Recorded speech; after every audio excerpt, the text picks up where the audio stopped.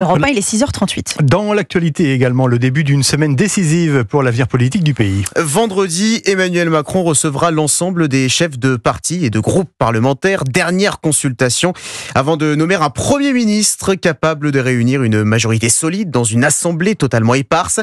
Et plusieurs options restent sur la table pour le moment. Maï-Hélène Trémollet.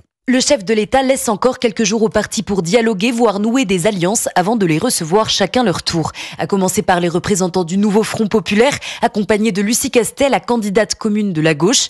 La gauche qui tente de faire pression sur Emmanuel Macron par une menace de destitution lancée hier par LFI et immédiatement tuée dans l'œuf. De son côté, le président cherche un terrain d'entente avec les oppositions pour élargir le camp présidentiel à droite et à gauche et éviter ainsi une censure immédiate du nouveau gouvernement.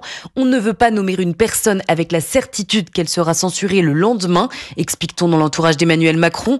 En clair, ce que cherche le chef de l'État pour succéder à Gabriel Attal, c'est une figure politique capable de rassembler un nombre de députés suffisant pour sortir du piège d'une assemblée ingouvernable. Si les noms de Bernard Cazeneuve, Xavier Bertrand ou encore Michel Barnier, anciens ministres et commissaires européens, circulent depuis plusieurs semaines, de nouveaux profils semblent susciter un certain intérêt, comme celui du maire de Saint-Ouen, Karim Bouhamran, ou encore celui de l'ancien patron de Michelin et actuel patron de Renault, Jean-Dominique Sénard. Maï-Hélène Trémollet du service politique d'Europe 1. Et vous l'évoquiez, Maï-Hélène, les différentes forces de gauche se sont publiquement divisées sur la question de la destitution d'Emmanuel Macron. Le PS, les écologistes et le Parti communiste font savoir qu'ils ne soutiennent pas la menace de lancement d'une telle procédure dans les prochains jours, brandie par la France insoumise, si le président de la République refuse de nommer un Premier ministre issu des rangs du nouveau Front populaire.